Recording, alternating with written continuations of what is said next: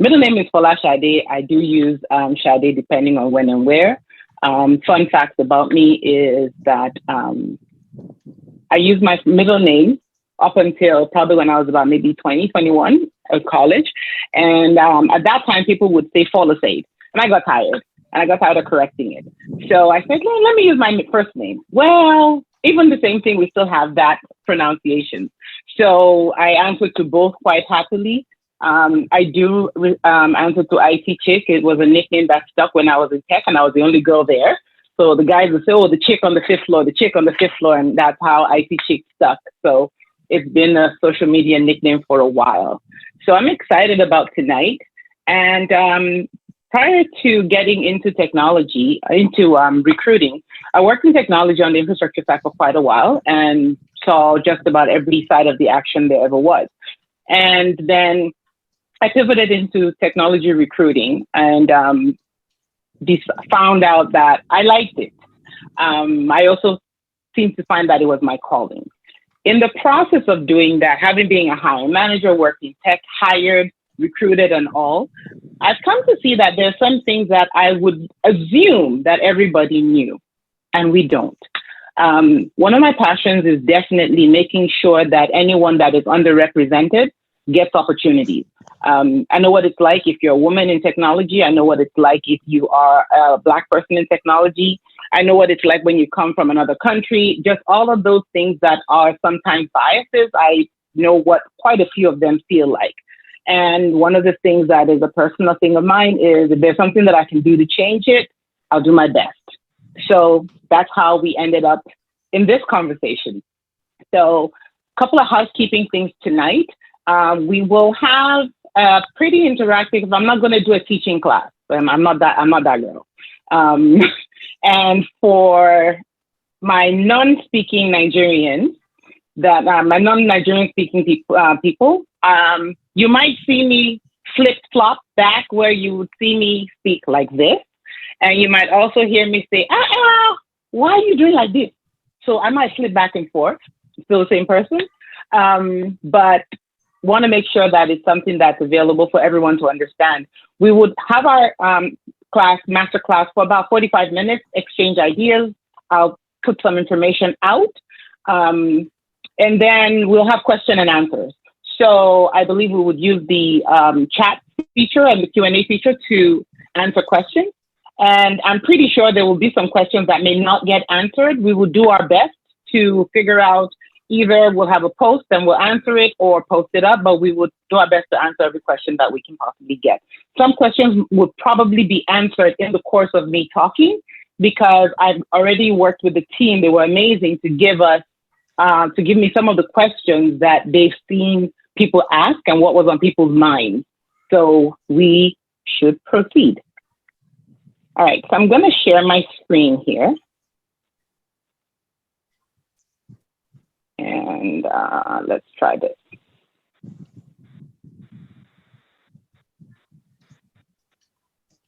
So, 1 second. And I will admit publicly right now that I am not the Zoom expert. I am much more familiar with a couple of other ones. So 1 second. I would advise everyone, yes, thank you. Josh, thank you for letting everyone to please take notes. There'll be some things that you definitely want to take notes about. I will also do my best to get a document out, a PDF document of some of the pointers out to the team that they can send out to you after the event. Okay, let me try this and see. So I want to share screen. There we go.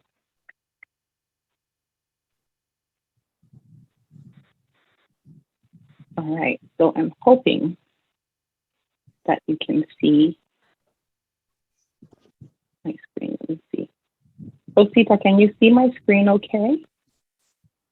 Yes, we can. All right. Yeah, you might just put it in the presentation mode, yeah. The thing about presentation mode is we tried something here. When I did that, it kind of kicked off all of, it kicked everything else off. So let me get this out of here. Okay. Mm-hmm. We'll minimize that guy. All right. So we came from just taking your job search from you're doing okay. But what we found out is that you kind of got to be intentional about what you're doing. In my day job, I see a lot of resumes. I see a lot of people, searching for jobs, and we're searching for people too. And there's some things that we don't think about. So what we'll do today is there's no way we can talk about a job search and not mention the word, we'll not talk about a resume. There's no way we can do that. But what we're not going to do is have a full resume class. We're going to mention a few things that are important about the resume, and then we'll keep it moving so we can get to the really, to the meat of what we really came to talk about. So quick intro, we'll go through a few tips on resumes. Our mindset has to change for us to have a better outcome. So we'll talk about that. We'll talk about your resume. What do you do after it looks like it's great? Questions and vents I've heard over the years. That was the only way I could put it, because some things are questions and some things are frustrations. They're vents. So we'll talk about that. Job search during an unusual time, like a pandemic. Totally different set of rules. So we'll touch about that too. We would also talk about, many of us have career changes in the process of doing a job search. So we'll have a few quick facts about that. I think it's important for us to talk about that.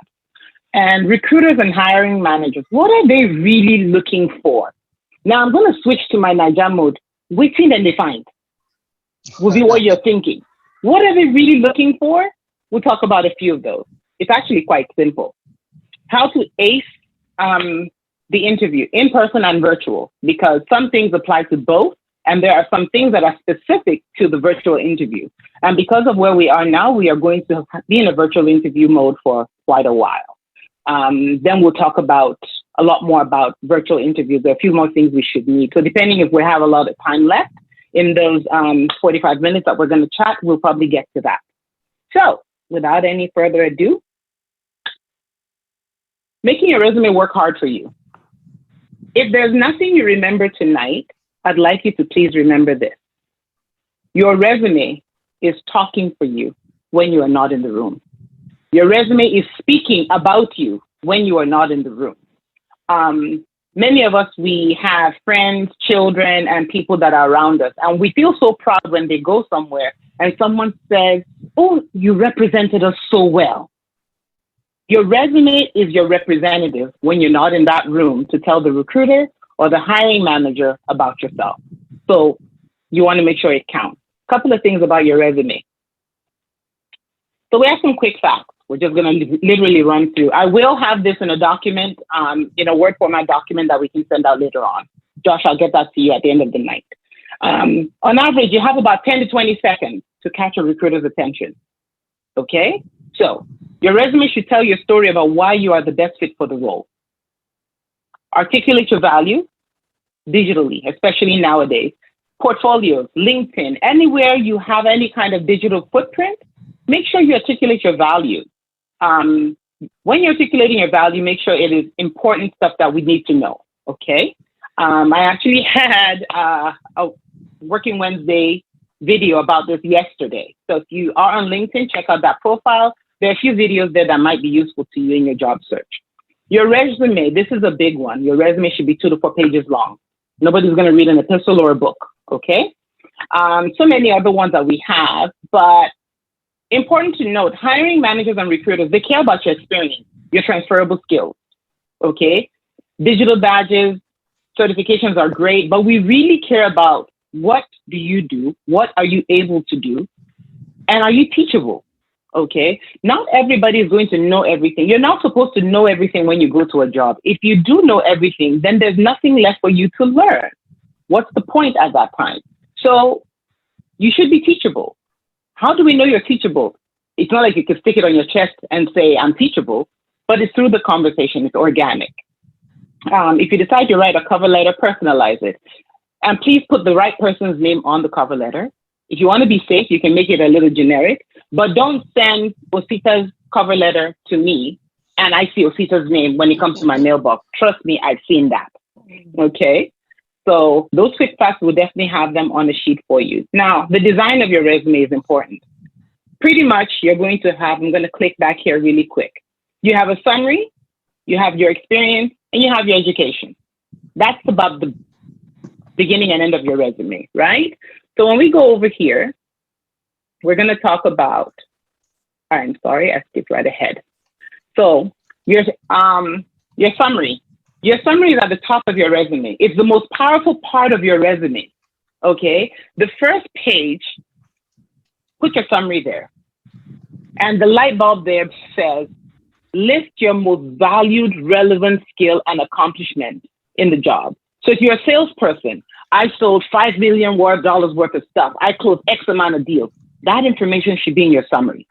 If you are a support person that you are using ServiceNow and you're closing help desk tickets, I close 75 tickets a week. I have an average amount of response rate and all that. If you're a project manager, you want to say your last project was a $45 million project and you did this, and you want to have facts in there of why you are amazing. You're doing amazing things. Don't let your resume be mediocre. Let your resume speak about what you're doing, okay? Your educations and certifications honestly should be on the last page. Unless if you are a new grad and you need to show that because that's what you're coming from and your grades and all of that, okay. That's about the only time that it should be on the first page, okay? So your summary, you need it. Let's not use generic terms. Some people throw in so much English words that I actually feel like I went back to Cambridge to go study, okay? You don't need big words. You don't need big grammar. And I love being Nigerian. And I can say this. We love big words. You don't need it. Keep it simple. Very simple. Keep it simple. All right? Highlight your areas of experience. Focus on specific results you achieved in your areas of expertise, okay? So that's important in your summary. Now, after your summary, you have your experience. This is your brag section. This is where, don't list your whole job description, your responsibilities. Don't do that. Don't list 75 things, I back up the server. Don't do that, okay? But put it in such a way that we can tell you're doing these things and do it constructively, okay? List your most recent role first, of course. Continue to write in the first person. Always focus on your accomplishments. Important, not your responsibilities. Highlight the accomplishments that are relevant to the role you're applying to. If you had a job where you close all kinds of sales and the current job has nothing to do with that, you don't necessarily need to highlight that a lot. You can mention it, but highlight what's important to the job you're working for right now. Your accomplishments, think of it this way. You either made the company money, you saved the company money, or you made them more efficient. Every job you have, you are doing that. Every job, no matter, even if the janitor is saving the company money. You want to know how? If the janitor doesn't clean the floor and somebody slips and falls, that's a lawsuit. There's loss of work. The person's not going to come to work. They have to hire somebody else. So everything you do is doing one of those three or more. Okay? So we're going to run, I told you we're going to run through resumes real quick because it's not a resume session tonight. Education, keep it simple. You don't really need graduating years in there. Especially those of us that, we graduated a little bit ago. You don't need it in there, okay? Training, credentials, certifications all go in there. Now, let's keep things relevant. If you have Microsoft 98 certification on your LinkedIn resume right now, in fact, let me go check mine. Let it go. Okay? Just simply say you're Microsoft certified. You don't need to include, for example, University of Toronto class of 88. I don't really want to say this, but ageism does exist. And when it's happening, you won't know. Then I'm going to tell you, you graduated class of 88. I think you're old. Nobody's going to tell you anything. So just don't put it there. Okay? Now, we're getting close to where we want to talk about. We have to change our mindset and our behaviors so we can be intentional in our search. Our goal is results. If you're job searching, there's a reason why you're searching for the job. You either need a new job, a job currently that you're not working, or you're trying to switch from an old job, right? So be intentional about it. You want results. You're not taking resumes and just flinging it like this. and hoping something sticks. Oh God, please let something stick. No. And I know, and I'm going to speak as a Nigerian now, I know we love to pray, right? But faith without works is dead. So if you want to get results, you're going to have to put some skin in the game. You're going to put in some work. The good thing is there are ways to put in that work, and there's information out there for you, okay? Change may be uncomfortable, but no one said it was going to be a cakewalk. Nobody said it's going to be easy, right? In order for you to have those testimonies, you're going to have to be tested. You're going to have to see a few things for things to move forward. So your mindset has to change where you're thinking, you know what? I'm going to be intentional. I'm going to actually pay attention to certain things. And I'm going to help you with some of those things that you would need to pay attention to tonight. So your resume is fire. What next? The light bulb moment again. Brag book. I also have a video of that on my Working Wednesday. Your brag book is a running list of A+ amazing projects, kudos, accomplishments to help you make a case for promotion, a raise. It also helps you recover from a bad day. But more than anything, it helps you put together an amazing plan. Because when you know what is in your brag book and what you've done, when you now go to talk in an interview, you remember it. At my previous company, I did this. At my previous company, well, when I was a recruiter, our time to fill, by the time I got there, it was, I don't know, let's take a number. It was 72 days. But because I did XYZ, the time to fill requisitions now became 45 days. It's quantifiable. How do you remember that? Because you wrote it down somewhere. Write it down. I know you think your memory is great. Memory starts to fail all of us at some point. Write it down, okay? So biggest thing for your job search tip, please stay organized. Stay organized. Keep a spreadsheet of all the jobs you apply to, okay? Plan. Save a copy of the job description. You don't want to know how many times as a recruiter, I get a call, or maybe I send a note to someone and it says, oh, what was the job again? Why are we here? You applied to the job. You don't know what you applied to. Or you said, oh, can you tell me what the job is about? I'm sitting there wondering, wow. And this happens more than you think. So save that. This isn't the time to be shy. Closed mouths don't get fed. So let people know you're available. On LinkedIn, there's that little thing that says you're open to new opportunities. Put a check mark in there. In your title on LinkedIn, if you have a LinkedIn profile, put it in there, open to new opportunities, right? Let people know you're searching. Let your friends know. There's nothing to be ashamed or shy about. Let people know when you are looking, because you never know who knows what or who knows who that can refer you, provide information, and keep your eyes open. LinkedIn, everywhere you know that there are job searches, keep your eyes open. Go to events, right? You need to strategize. You can't apply to everything under the sun, again, hoping things will stick.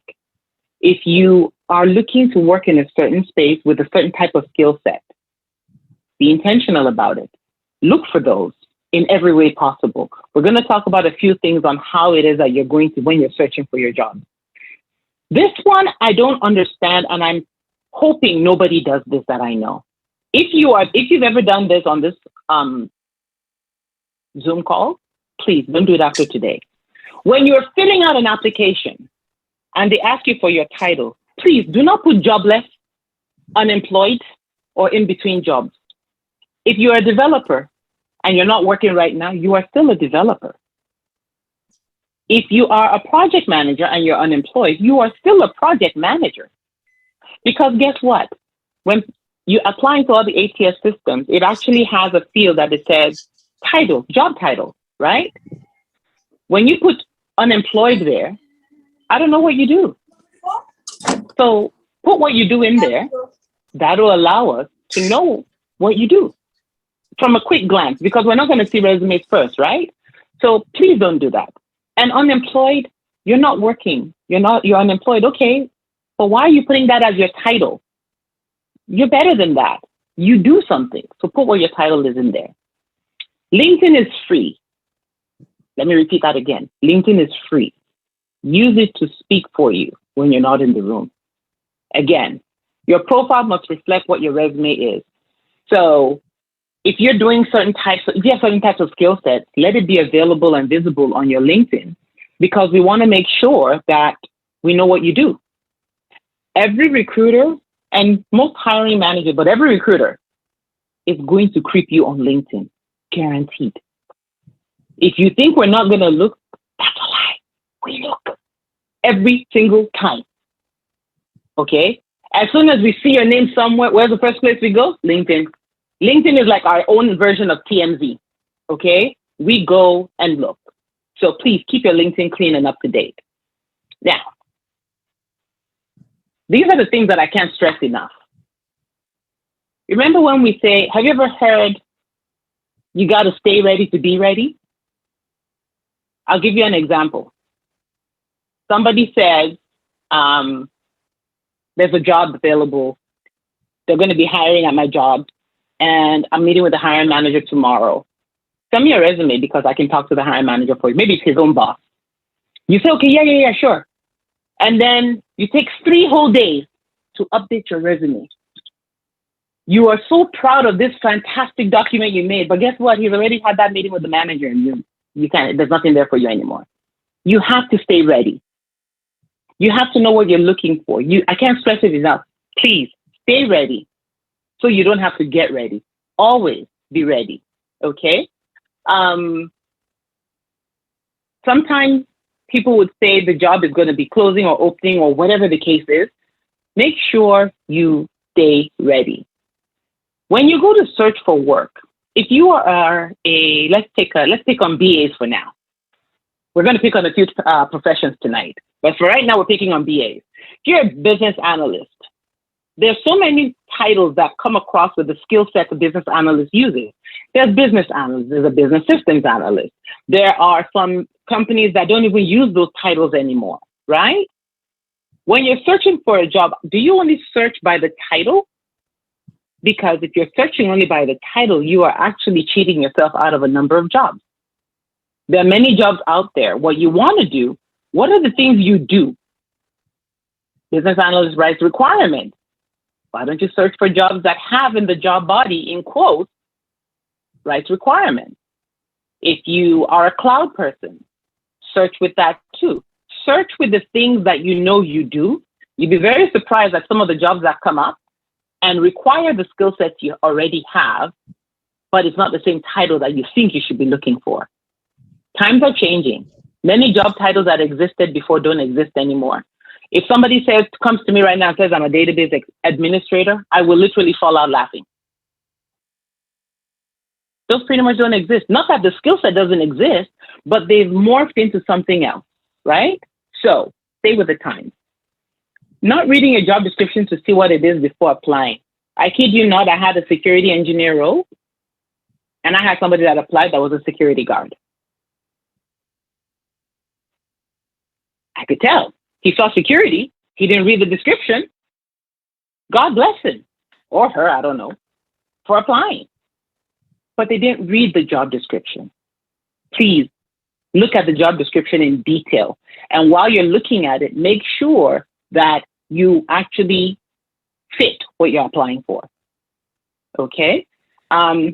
This one should be a no-brainer, but I have learned that it's not. Not following directions in the job posting. Let me give you the best example I have. You see a job posting. It says, apply to the ATS system. No DMs. Please apply, because the person that's going to be looking at it is looking in the ATS and not my DM. Guess what happened? Resumes get sent to my DM. I'm not looking at it. Your resume might be perfect. It won't get seen. So if you're doing that, follow whatever instructions are in there, however it is, to apply to the job.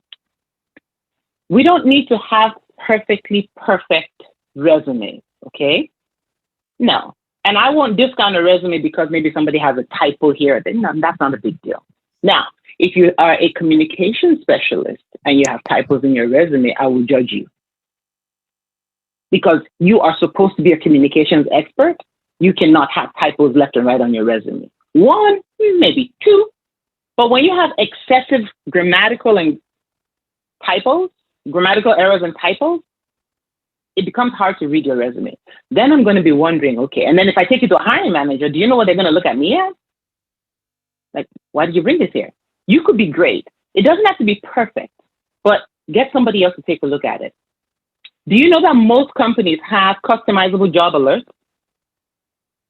So if you decide you want to start working for, I don't know, Osita Incorporated, go to Osita Incorporated's website, go and check his job search section and set up the job alerts. You can set it up on Indeed. You can set them up anywhere you want to actually bring the information to you. I remember a long time ago, I was using some of those when I was job searching, and I think they send you those searches and things like at 4 o'clock in the morning. And guess what I did? Between 6 and 7, when my kids were not looking for me, I would log on. I'd be one of the first people that would go and check out and see, because guess what? I'm going to apply to those jobs early as soon as I see it, before you that is applying at 4 o'clock in the afternoon. You want to know why? Because I want to make sure they see my profile before yours. Important about your job search when you apply for a job. We're going to talk about that one in a bit. Not asking clear questions, not being intentional. Some of these will be on the take-home paperwork you'll have. You have to be realistic in your job search goals and ability. Let me slow this down and say it one more time. Please be realistic in your search. And I'll tell you what I mean by this. What I mean by this is, let's pick on another profession. You see a job posted for a senior solution architect, okay? And you are amazing. You study, you go to the hubs, you do everything. You pass a couple of cloud courses, and you're on your way to a career switch. Now, you understand what cloud is about. You have now you've given yourself the title of a solution architect. Fine, great, God bless you. You now apply for a solution architect role.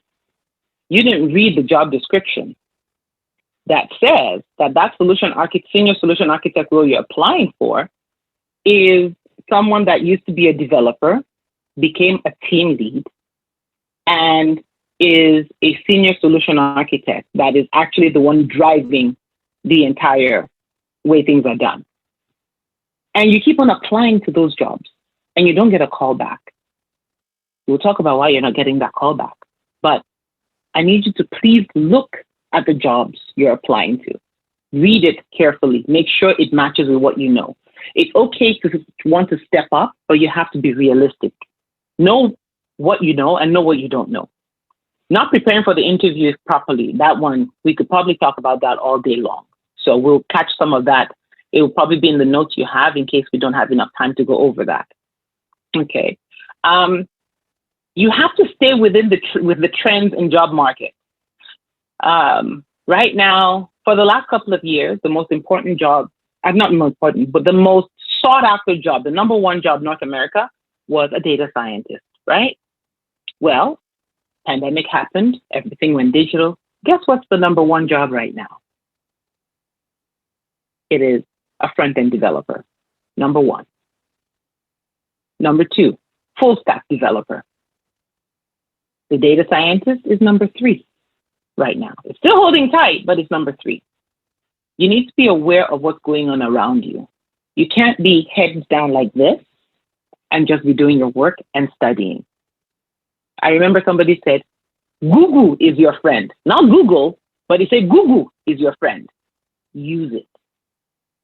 Take a look every now and then and see what's going on there. Now, questions and vents that I've heard over the years. Number one, I am frustrated as I've sent hundreds of applications. I get no callbacks. I get no interviews. I don't even get offers. Why? Okay, well, we'll dive into some of the why, right? Are you applying for the right job? Are you looking and applying to the right jobs? Are you making sure that your skill set is aligned to what you're applying for? Are you looking at yourself with an honest lens and applying? Right? Are you just throwing your resume everywhere? Some of these questions I can't answer for you. You have to literally think about it. Get somebody you trust to take a look at it. Make sure you're applying for the right job, the right skill set, the right level, maybe even the right location, right? You never know. You'd have to take a look at that. That's important. Okay. Yes, you're not going to get callbacks for every job you apply for. That would never happen. But you should get more callbacks as you're putting out more profiles. Be intentional where your profiles go. Know what you set up. Okay. Is it better to apply through a company's website, or should I use a recruiter? Third-party recruiter. I see a lot of times, sometimes people use the word recruiter. Oh, I use a recruiter. Well, the company people that work for a company, they're recruiters also. But it's always a third-party agency that I think people are. It took me a while to understand what that meant. So, yes, there's a case for each one of them. Okay? Companies do use recruiting firms to fill requisitions for so many reasons. Now, how do you know it's a real job posting and it's not fake? Because there's some good recruiting firms and there's some shady ones, right? I would say, number one, figure out what companies you want to get to, apply on the company website.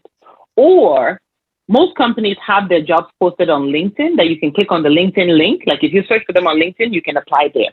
Do that, okay? For two reasons. Even if you don't get selected for that job that you applied for, because you're in the ATS system, guess what's going to happen? You are searchable. The first place the recruiter is going to go if they're a company a corporate recruiter. In fact, any recruiter, they're going to go to their own database, no matter where, agency, anywhere. They go to they don't go straight to LinkedIn or to Indeed or Dice. They go to their own database to find out who's in here. And you might get a call out of the blue. Okay. Hey, are you still available? I searched and you matched. Are you open? Are you interested? If you're not, okay, they'll leave you alone, right? But apply to the job there. Recruiting firms have their own place too. Definitely, if somebody has a legitimate job, ask questions. Okay. If you don't ask questions, you don't get answers. So ask questions. They may not be able to tell you the company exactly until maybe you're in the process, but a lot of times ask questions, ask what the job is. Ask all the questions you know, instinct tells you should ask. Okay, so I would say that. How do I break the barrier of no Canadian job experience? This one is probably a whole class on its own. But the summary of it is, whatever you were doing before as a career, your experience is valid. Okay? Don't invalidate your experience. If you have 10 years as a banker, you did some stuff for those 10 years. You grew, you learned some stuff. That information should be on your resume. A lot of the skills from that career is transferable to what you're doing now. If you are somebody that was already in technology before, don't say, I'm into IT. I hear that a lot. Don't say that. IT is so broad and wide. What are you into? I don't know. How about you say, I'm a desktop support specialist. I'm a DevOps person. I'm a developer. Get that information out there that way. Okay. Now, as far as how to break the barrier of no Canadian experience, a couple of things. So I actually there's a note I have for this. So let me grab that really quick. So find newcomer organizations. There are a lot of them that are reputable around. Find places like NIPCA and other places that have incubators and people that remember what it's like to migrate from somewhere else and want to help somebody else have a better experience. Trust me, there are some of us out there. Okay? Find places like that. Research, network, be hungry. You can't sit in your house or watch Netflix and not get out to events, virtual. However, especially if it's a free event, why aren't you online? You got to network. You got to get out there. You have to put some skin in the game to win a game. Okay? Learn the system so it can propel you. Stop trying to beat the system. The shortcuts are just shortcuts for nothing. Figure out what the system is and the things that are available. There are so many resources available now that I wish were available in the 80s or 90s or even the 2000s. Okay? We didn't have many of these things that have popped up, a lot of these incubators, or even people and organizations realizing that there's a special need for newcomers. Okay? There are nonprofit organizations that are created for us, by us, in so many ways, right? Find them. Volunteer work is valid, okay? If you're in school, I'll tell you one secret. When I went to school, there was the co-op option for my school, for the program I was doing, computer programming then. Shout out to Humber College if anybody went to Humber. And some people said, oh, no, I'm not doing that co-op session because it's going to add an extra 1 year. I want to finish school and just go. Guess what happened? Those that go to co-op, you're going to work somewhere. Most likely you'll get an internship during school. For those companies that have entry-level jobs, who do you think they hire? Why do you think you don't see many entry-level jobs posted? They hire their co-ops. They hire, as the co-ops graduate, most companies, well, companies that are smart hire the co-ops that rotated through them, right? Because they're already in the culture, you're already spending time with them, they're learning about you guys. That's how you actually can break that if you are in school. So if there's a co-op option, do the internship. When you've left school or you're trying, they're not, I don't know of a lot of internships where, when you're not in school, okay? And yes, you can be in school and you can get paid internships, actually decently paid internships, okay? I'm not a big fan of free internships. I really am not, because whoever's going somewhere and working for free, somebody is getting that labor and the person's living somewhere and they need to eat. So I'm not a big fan of internships, but we won't talk about that one too, about unpaid internships. So I would say that's a few of the things to do to break the no Canadian job experience. The other thing is when you partner with a newcomer organization, many companies partner with them. They hire from there because in some of these spaces, a CCIE from Nigeria, from Lebanon, from the USA, from the UK, they are CCIEs. It doesn't change because they speak a different language or they come from a different place. CCIE is a CCIE.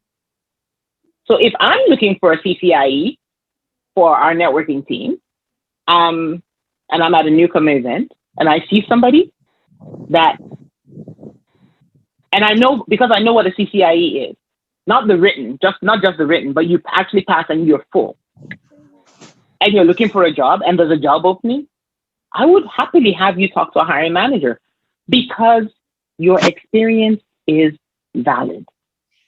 Okay? I'm not talking about an embellished resume where the person has made it look so fantastic you don't even recognize them. We won't talk about that one. But when you've got the experience, it's valid. So partner with those newcomer agencies. That's probably the biggest one you want to do. All right. Let's talk about referrals. What's the importance of referrals? Okay. There are different types of referrals. There's referrals where just because somebody works at a company, they just move your name in so that they can get you in the system, right? That's one type of referral. Then there's the referral where the person knows what you can do. They've either worked with you or they've been around you, and they can tell somebody that asked them, no, this person did this person did that, this is their work ethic. That's another type of referral, okay? Do they really help? Absolutely. Now, just because somebody works at a company and they refer, because I can tell you this, just because somebody works at a company and they refer you in does not mean you're getting hired. The hiring team is still going to check for the most qualified, not qualified, but the best fit. Okay. Qualified doesn't necessarily mean you have the biggest degrees and all that. No. It's just whoever's the best fit for the role and what they need on the team at that time, that's what they would probably look at. So referrals are great and they're important. All right. So yes, ask for those referrals, use them. Okay. How do I craft my resume or story as a Black immigrant to be easily hired? I've learned to actually say this. Some people are still uncomfortable saying this part of the sentence. I'm Black. We're saying it. So, remember your experience is valid. Speak about what you've done. Speak about what you would like to do and what you're capable of doing. Do not have the mentality of, just get me the interview, I'll get the job. There's confidence. I'll actually tell you a story about this confidence and all that. And it's one that I say often. I've been in a situation where there were 3 people that went for a job interview. This was in my agency days. One was not a Black person. 2 were Black. From 2 different countries. Okay? All 3 interviewed. Hiring manager said, and I remember at that time, I would call them and prep them. Like, hey, the hiring manager likes this. This is what I know they said they were looking for. Just talk to them like a day before. And I remember calling this one gentleman. And I said, hey, I'm just calling from there. So, you're going for your interview tomorrow. He was like, yeah. I said, don't worry, I got it. I'm not going to beg you to prep you. If you feel you don't need it, I'm leaving you alone. So they went for the interview. Guy that told me I got it, I didn't just basically shoot me off the phone. He interviewed. The funny thing is, he is the most technical of all 3. He was the strongest candidate. But what he did was he somehow, during the interview, must have come across as cocky. The second guy, that was the second Black guy, he interviewed, team liked him. The third person, the team liked that person also, but he wasn't strong enough. They actually liked his personality, but he wasn't technically strong for what they needed. They needed somebody that was, at that time, data warehousing was big, but they needed somebody that had that experience. So the middle guy that was maybe 70% technical, but they felt would actually gel well with the team, he got the offer. And then a personal pet peeve of mine is when a recruiter doesn't call you back. So we won't talk about that today. So maybe there might be a few people I didn't call back. I'm not going to say I was perfect, but I did my best to call people back when I'm recruiting.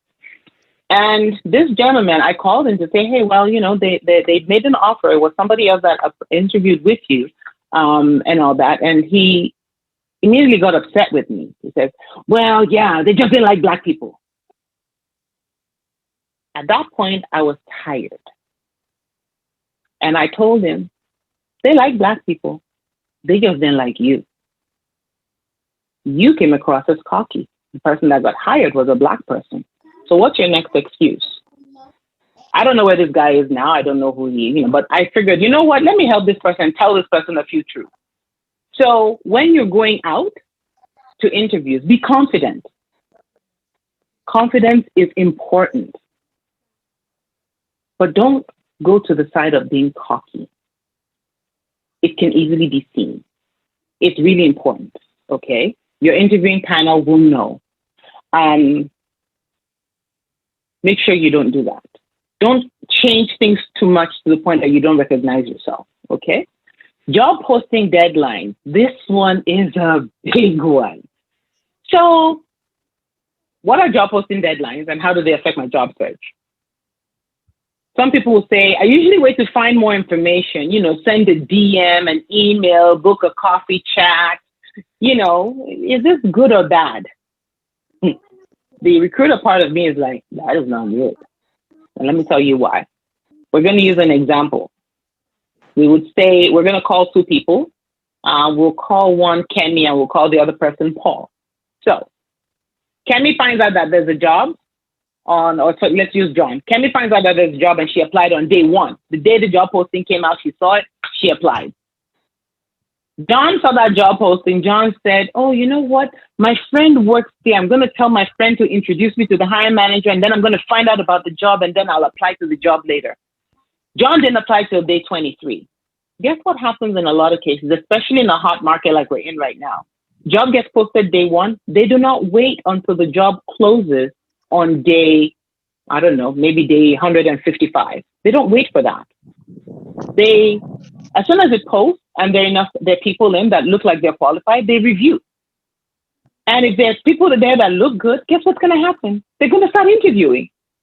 And if they interview and they find somebody and maybe they talk to Kemi and Kemi is great, they're going to be like, you know what? We want to make Kemi an offer. They're not going to wait until they see everybody that comes into the job, because that could be a few hundred people. What's the reason why they're posting the job? To find the best person on the market at that time. So when you see a job posting, if you happen to see the job posting later, still apply. And I'll tell you why. Sometimes job offers get turned down.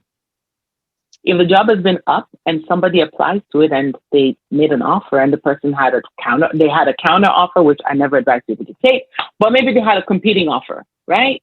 Company A, company B. And the recruiter has to start over again if they didn't have somebody that was a runner-up. If you apply that time, that's fine. You should, as soon as you see a job opening, as soon as you hear of a job posting, go and apply. Okay? It's super important. Just go and apply. You don't have to have perfection. Get in there, apply, because you could easily get reviewed. I wish I could say this much louder and more often. Okay? Now, the job search during unusual times, like a pandemic, right? We're going to be remote workers for a while. Some of us might be remote workers permanently, and you're still going to have to search for jobs. So, highlight remote work skills.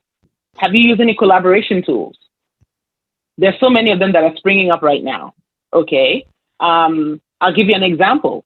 Before the pandemic, maybe I'd use Zoom 3 times because everything was in person, right? For corporate stuff, I was pretty much using WebEx, and then other things that I was using another platform. But guess what? All of us now have to use different platforms that's out there. We're using other kinds of tools, okay? Conferences and training sessions are discounted big time. Some of them were even free. Attend a few, right? The file sharing tools and so many things. LinkedIn Learning also has a number of things that were free. Get on there. It's a little bit different in this time, so I would say yes. Take a look and see what's out there for you to use to help make your job search easier. Also, if you've learned something new in this space, no one has navigated a pandemic. So, be kind to yourself. You don't have to be perfect. I do agree, yes, we can certainly do things to be better, but don't be hard on yourself because we're in a pandemic right now and you think that everybody says, oh, you have to learn like 5 new things. No, you don't. You do what you can do and let the other people run their races. Figure out something that you can do to improve yourself. Okay? Now, for those that are changing careers, I had a career change, and I will tell you that the first year and a half to 2 were intense. It was like drinking. If you've ever seen a fire hose, you see when they have the water coming out of the fire hose from the fire hydrant, the pressure is high. Try drinking out of a fire hose. That's what it felt like the first year and a half. So if you're going to have a career change and you're pivoting, be prepared. You're going to put in some work. Okay? Your goal is to prove that your skills that you had in your previous work is transferable and you can use them in your new career. You're also going to be learning a lot, like a sponge. Use your resume to tell the stories that match those new positions requirements. So look at the position, what they're looking for you to do. Look at your resume, what you do, and try to figure out how do you tell your story? Okay. There's this saying that You have to tell your own story, right? Until the, what is it called? I want to make sure I say this right. I believe that the saying is until I think it's the lion learns to tell its story very well, it will always glorify the hunter. So you have to tell your own story. I can't tell Osita's story as well as he will. I could sit there and learn for a week. I can't. So you need to understand what you bring to the table and then use that over. Caution, don't create an everything under the sink profile. Be intentional. Figure out the couple of areas that you excel in and then go for those skill sets. I would say it's very okay. Sorry, I just clicked through something. It's very okay to speak about your discrepancies, whatever skills you don't have right now, and the skills you're looking to achieve, because you're not going to know everything. Okay? But you want to come across, whatever your conversation is, whether it's a networking event or whatever it is, you want to come across as you are hungry, you're open to learning. How have you been open to learning? You've been teaching yourself stuff on your own. You've been attending classes. You've been in school, whatever it is you're doing, but you want to show that you're teachable. Okay? You can use some infographics and things like that to show that, but that information has to come across, whether it's verbal or on paper. Okay? Now, recruiters and hiring managers, what are they looking for? What are they really, really looking for? And how do they find it? Your resume, research. Remember what I said about LinkedIn? GitHub? Okay? Referrals? Even a sponsor. Back in the day in Nigeria, I know they would say, if somebody gets a phone call, they called it long leg. Long leg was a sponsor calling somebody else that they knew. Unfortunately, long legs got really, really long legs like octopus and it became no longer useful. Okay? But that's what the whole premise of that was. So, yeah, you have to make sure you figure out what the hiring managers are looking for. The ability to identify and solve problems, huge. You can't be somebody that just identifies problems only. You kind of have to be able to work to solve it. The person that identifies problems has this value. The person that has the ability to solve problems has this value. That's the person everybody's going to gravitate towards, okay? Someone that can come in, rapidly ramp up, learn the system. No matter how smart you are, you got to learn you got to learn your new environment. The ability to identify and solve problems is huge. Strong display of initiative. I can't stress this enough. If you are waiting to always be told what to do, you are not the MVP on the team. In fact, you're the weakest link. Okay? Initiative. You see something that's not quite right. We keep doing this process over and over and over again. Can it be automated? Can we make a template? We send the same email out every day. Can we do something? Bingo. Lights go off. And then somebody's looking at like, the guy gets in small. They don't have to say it. And the next time they're thinking about making a change, who do you think they're going to look for? The person that has initiative, right? Someone with diversity of thought. What I mean by diversity of thought is this. We've all seen different things that shape who we are, okay? Somebody may have a grocery store that is situated in, let's see, I'm in Toronto here. So a grocery store that's situated in Toronto is going to be different from a grocery store that's situated probably in Alberta. You know why? They might have to make special accommodations because Alberta has a whole lot more snow than we do in Toronto. Okay? The grocery store going experience might be different. Maybe there's something there. So if you've worked in Alberta and I've worked in Toronto and we've done the same job, but we're in a meeting together, we're going to have two diverse thoughts about solving a problem.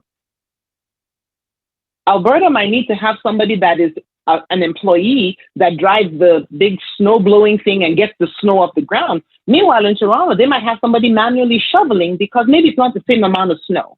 That's what I mean by diversity of thought. Okay? We see things different. It could be a 6, it could be a 9. It depends on what angle you're looking at it. The ability to cultivate agility and the professional growth mindset. Are you willing to grow? Have you got to where it's like, you know what? I know everything. I'm good at what I do. That's it. Not sure. Okay? So think about that. Those are the things that managers are looking for in just about every role. Recruiters are looking for the same because they want to make sure they get the right ones to the manager. In person, so we're going to skim over this. Some of this I'm going to make sure is in the doc. So the biggest thing for the interview is always show up like you plan to leave with that job offer in your hand.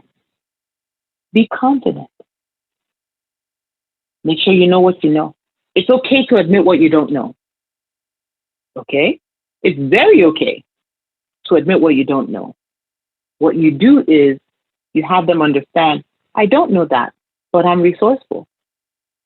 I find solutions to problems. I find people that know things.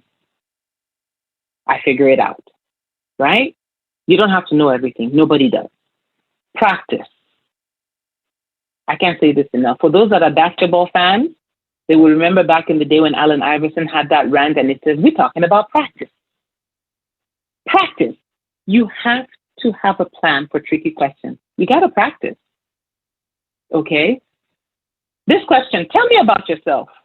This is probably the best and the worst question at the interview. Okay?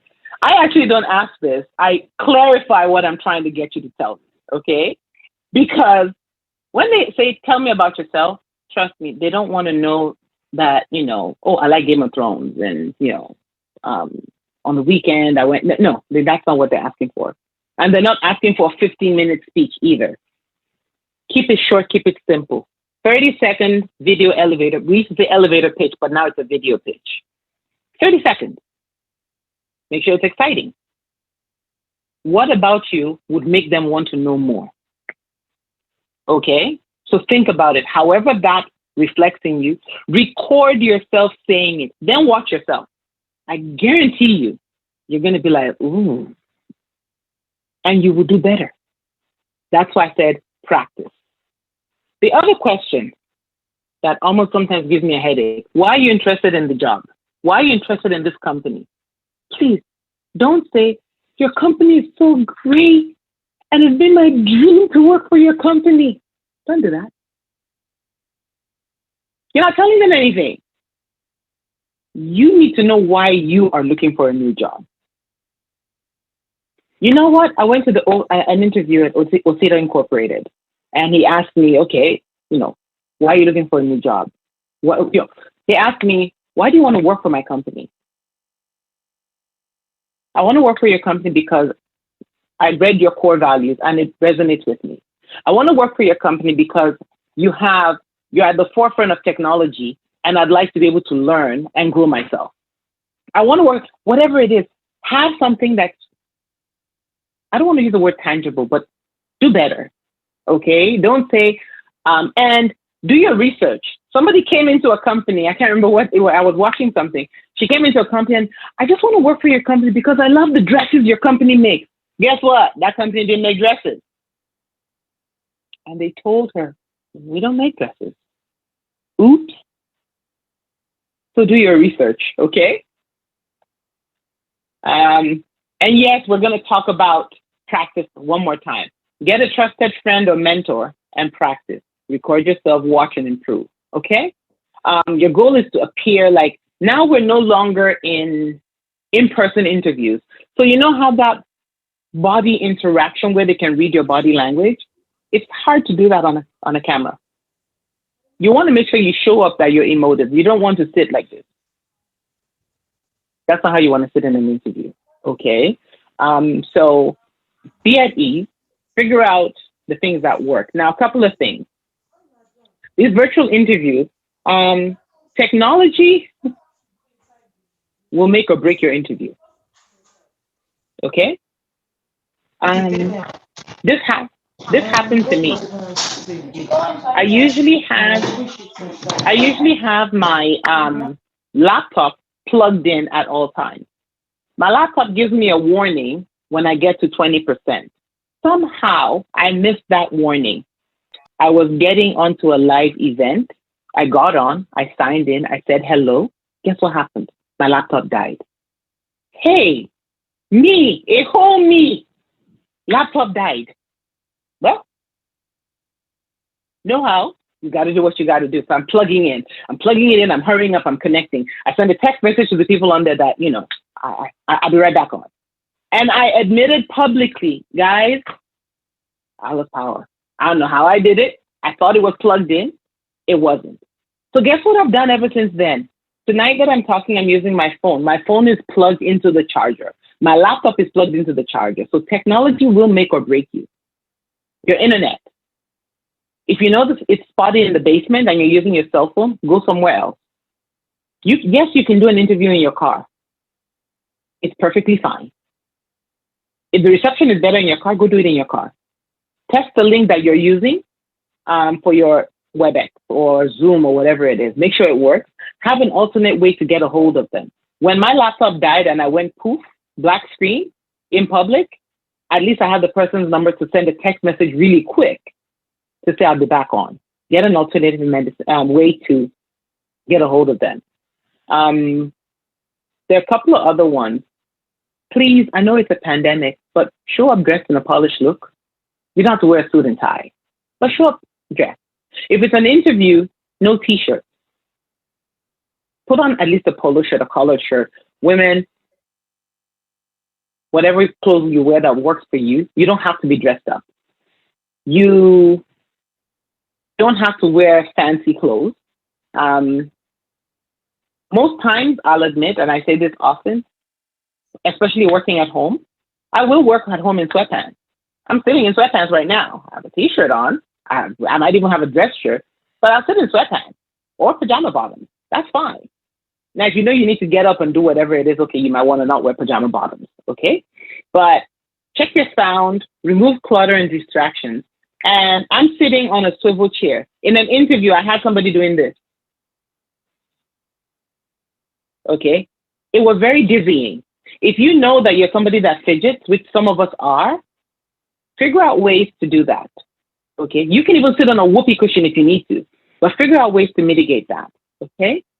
For that, I think that would be the most important thing that I would say. Silence, not necessarily. We're at home. We're actually at home trying to work. We're not working from home. So there are disruptions. A dog will bark. A kid might cry. Most interviewers are sympathetic. They're not, nobody's, back in the day when you had, a dog bark, people would look at you kind of funny in the meeting. Now it's normal because we're at home. So you don't need to stress yourself out. But I will say, show up like you want to get that job. Show up like you got the job already. They're just offering it to you. Okay? Check your sound. Sound is important. The microphone that's in your laptop, most of them are not the greatest. If you use an iPhone, you can use earbuds. If you don't, you can use the plugins and use your phone. The microphones on your phones are much better than the ones in your laptop. So you can connect audio through your phone and we will hear you nice and clear. There are some microphones on like the external cameras that are pretty good, but the ones on most laptops, not the greatest. I don't use an Apple, so some people say that the Macs are better. I don't know. I don't use one. But for many of the laptops, I've seen that the comparison for the sound quality is usually better with when you're using your phone. So I would say use your phone. One thing that I will say is, for someone like me, I've spent most of my life interacting with people in person. I'm a people person. I'm not used to seeing people outside. So adjusting to virtual interviews and meetings and all that is pretty hard to do. So the more you do it, the more comfortable you get. I'm much more comfortable than I am now than I was like 2 years ago doing stuff like this virtually. Okay. I would have preferred to do it in person. In fact, you probably wouldn't have been able to catch me doing it virtually before. Practice makes it better. far from perfect, but if you keep doing it, it always gets better. It may not get easier. You just get better at doing it. Okay. Now we're going to go look at questions because I'm pretty sure there are a few. So let's look and see. Josh, let me see here. I'm going to need a little bit of help to make sure I can see. Hold on. I can see the question. So I'm going to stop sharing because that way I can actually see the screen. And there we go. I can see the chat. Okay. Shadi, I'm actually thinking that there might be a couple of people that want to ask their questions directly, not by chat. Yeah. So if that's okay by you, there are some questions on the chat spot. Sure, you can pick. Just let me know whose questions you want to pick, and then we'll go from there. Okay. So if you have a question, if you can indicate by raising up your hand virtually, that would be great. And then I could actually read out some of the questions that are on the chat. Okay, so one of them says, what's the best way to deal with counter offers? Don't take them. Don't take a counter offer. Let me tell you why. Counter offers are great. They give you the warm and fuzzy feeling. But think of it. Wherever you are getting that counter offer, you're getting it because you went somewhere else. Somebody else valued what you're bringing to the table and is ready to give you what you feel you are, what you feel your value is, right? And then you come back, and then suddenly, oh my goodness, she's leaving or he's leaving. We can't let them leave. And then they offer you, oh, what are they giving you over there? And then they offer you that. You've been sitting there all this while, and I'm pretty sure you've been trying. You didn't just wake up one day and go search for a job, right? So for me, and for many folks that are in my space would tell you, not the best idea, okay? The other thing about the counter offer, accepting it, is this. Now they know you're open to looking and finding a new job. They could give you that counter offer. What if they now decide, okay, you know what, she might decide she's still going to leave or he's going to leave. We're going to find somebody else, and then we'll let him or her go. That can happen also. It has happened. They're not going to tell you. So at the time you decide that you're going to be looking, why are you looking? If you're looking just because you want to go outside, bring something back to show your value, then okay, that's on you. But counter offers generally, not the best idea. A lot of people do take them. It's going to always be a personal decision.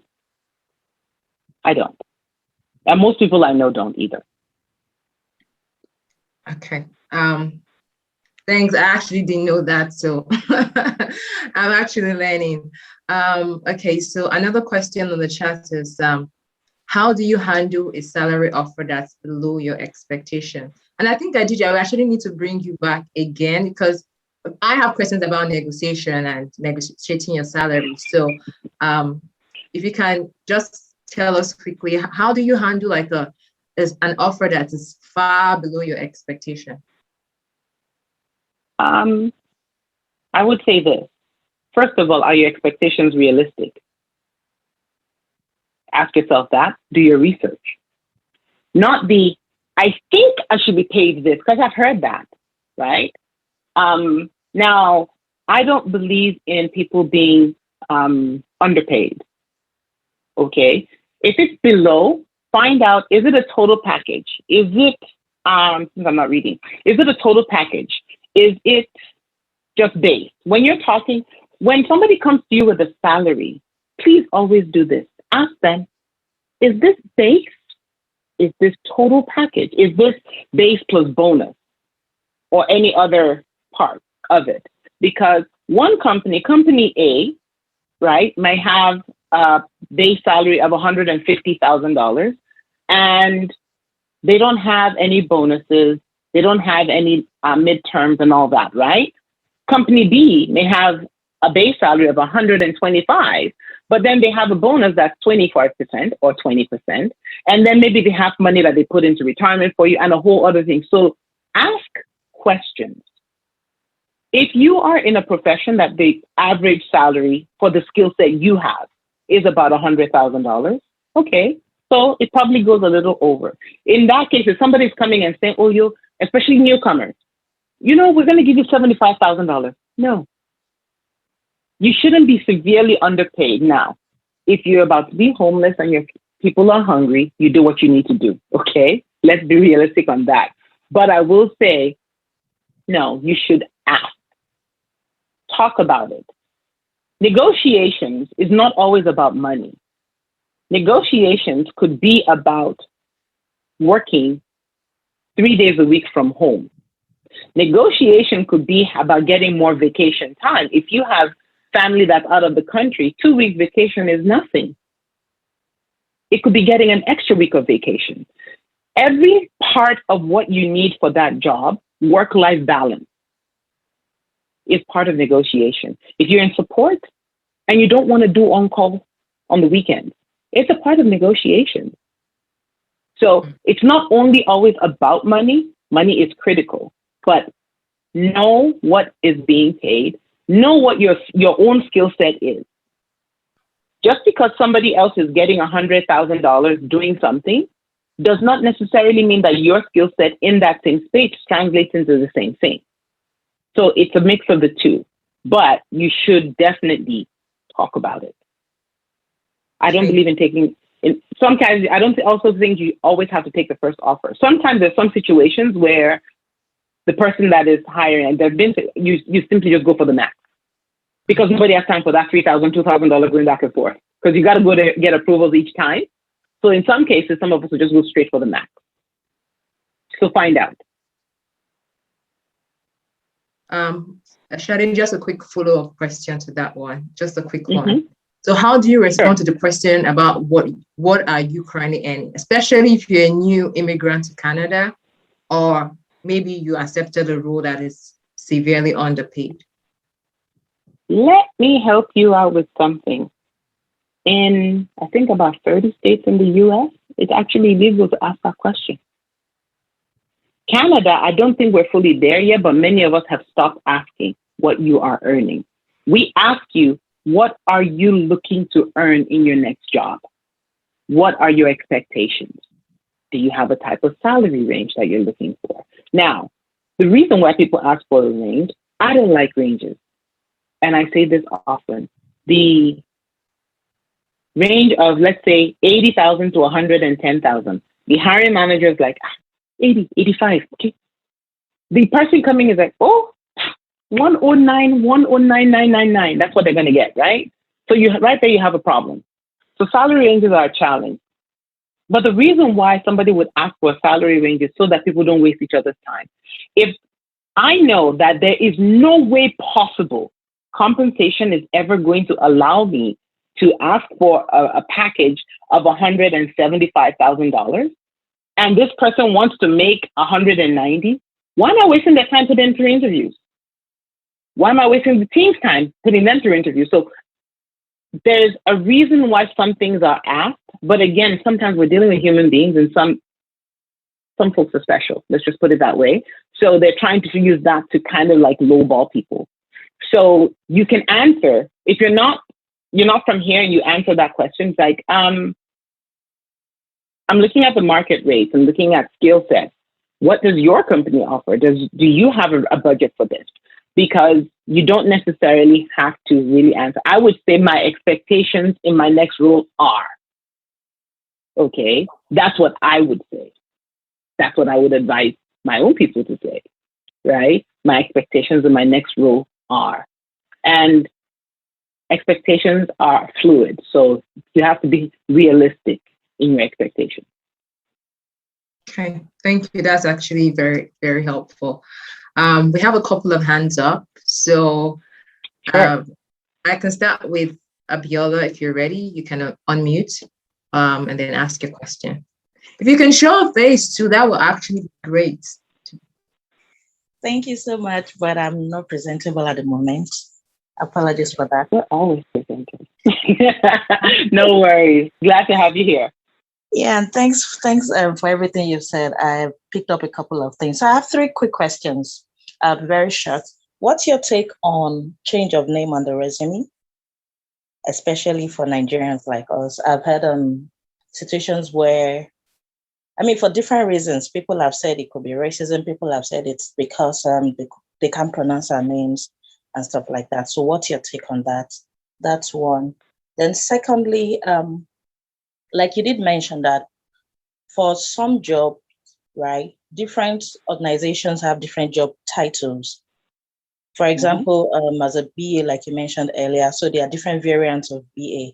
Now, if I have to tune my resume to fit in for the job I'm applying for, I'm applying to rather, and then I also provide my LinkedIn profile.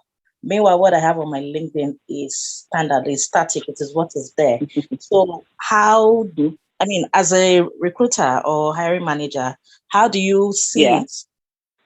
How do you see it as against as an applicant? I get what you're saying. Let me do this because we're not gonna do all three because other people will have questions, but let me help you with this one. First one, put your name on your resume.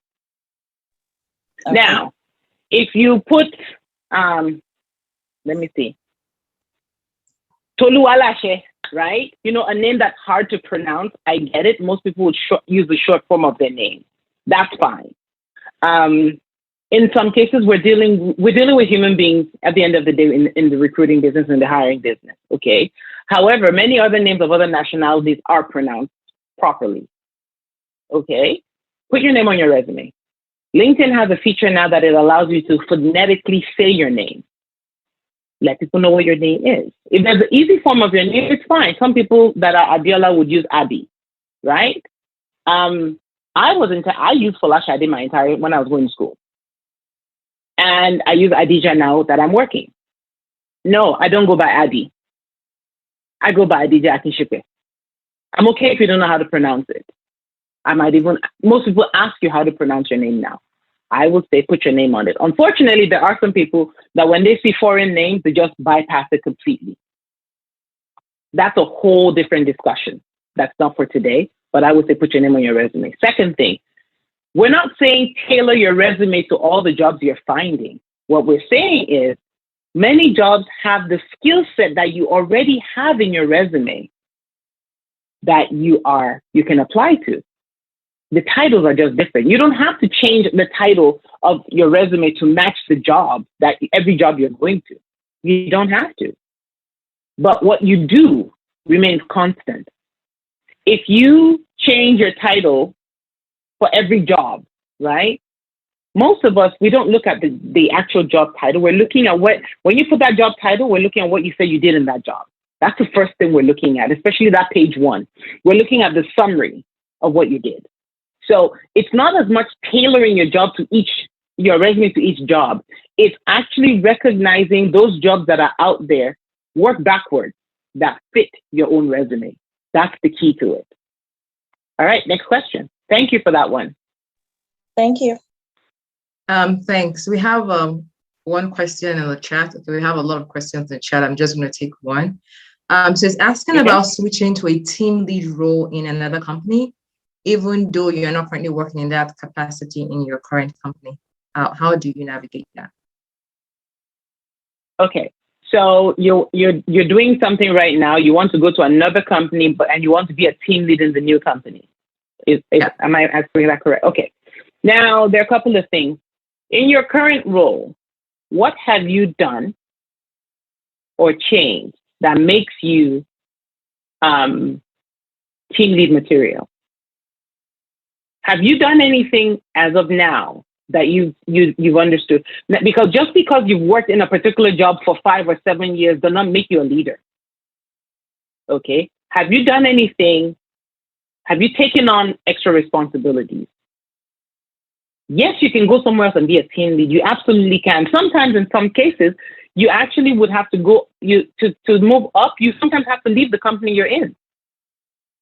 Most companies that are wise will promote you within, and you can always move around, especially if they're a large company. But what are you doing When you go apply for that team lead job, what they're going to be looking for is, okay, she's done the job for 5 years or 7 years, or she's done it, but she doesn't say anything about what they've done to improve themselves or to step up their game. If you're going to lead others, not everybody that's great at playing basketball can coach basketball, right? If you're going to lead others, have you learned how to lead? Being a people manager is not a cakewalk. If you're leading projects, have you learned how to do that? In order to be a team lead, you have to have stepped up your game from where you are to get there. Internal or external, you need to be able to show that. Josh, the questions that are in the chat function, I'm okay with us gathering all of those and putting it in a document. Might take me a couple of days, but I'll respond to them. What I've done in some cases is I will just put up a LinkedIn post, and luckily there's nobody's name in there. We copy the question, and if there happens to be a question that looks like it's personalized, I'll take it out and I'll answer it generally. So we can do that. So if you have questions that we don't get to, feel free to type it in the chat. If you can just capture that, I'm more than happy to do that. Okay. And if you have any questions that is not in the chat, or you think it's personal, you don't want to put it in the chat because they can see your name, you can send it to learning@nipca.ca. So it's learning@nipca.ca. We'll get all the questions, and I'm sure she will do a good job in answering them, and you will definitely get the feedback. Yeah, sure. Yeah. So Shadi, are you okay to take one more question and then? Actually, I am fine because we waited for folks, and then I went a little bit over in the prevent side. So I'm actually fine for us to go. I think it's like 9:33. Yeah. I didn't put my glasses on. I'm actually fine for us to go to 9:45. No problem. Okay, thank you so much. Okay, so okay, one other question. You mentioned we should not use unemployed. So someone is asking, do you put student when you're a new graduate? Because you haven't actually worked at any job, so you actually don't have like a title. So what do you put on your resume as a title? New grad. Okay. New grad. When you apply for a job, new grad. If you're a new grad of data, new grad. If you are a new grad of economics, new grad. Whatever you studied, new grad. Because what does that tell me? If I'm looking, okay, when people look at stuff, it's like it shows up like almost like, when you have a spreadsheet, okay? So you see titles and all of that. So if I'm looking and it's like maybe 4 or 5 people that are new grads, you know what? This person's a new grad. Maybe there's something open that a particular role is open to new grads. Automatically, right then and there, I can click, new grad, send it to that person. This person's a new grad. Would you look at them? So always put the information in there. Students, you're no longer a student. You're a new grad. You've graduated. So there's a difference. So always think of it this way. Anything you can do to help me and every other recruiter out there see you quickly, do it. Because we're not going to go always read the entire resume. You see things, you scan. And if something jumps out at you, that's the first ones you go look at, right? When we all go out to we don't go out now, but when we go out to party, everybody is like, Nigerian, the Niger from, we are all in our back. We want to look nice. When you show up somewhere, what catches your eye quickly? The person that looks the sharpest. Mm-hmm. It's the same thing in resumes and when you're presenting yourself online. Make it easy for us to be able to find you. Hope that helps. I'm sure that did. Okay. So someone has a question about preparing for case interviews. I don't know if you can do a quick one about that. For what type of interviews? Case interviews. I'm not really sure what the person Case? Yes. I'm not sure what KS means. Case interviews. Sorry, can you say that again? Case, C-A-S-E. So case study. Clarify that. Yeah, role playing. Like they ask you if you were in this situation and you had to do this, can you describe a situation where you have to handle this, like presenting a business case that you need to provide a solution on the spot? Yeah. Okay. So here's the thing. In most of those things, there's really no right or wrong answer. Do you know what they want to know? They want to know how you think. How do you process? When you have a problem, how do you analyze it? They want to see what your thought process is. They don't care about the end result. They want to see how are you breaking it down.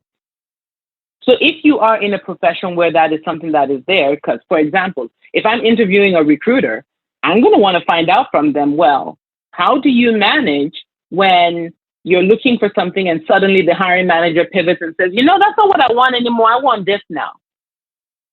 How do you handle that situation? That's all I'm going to say.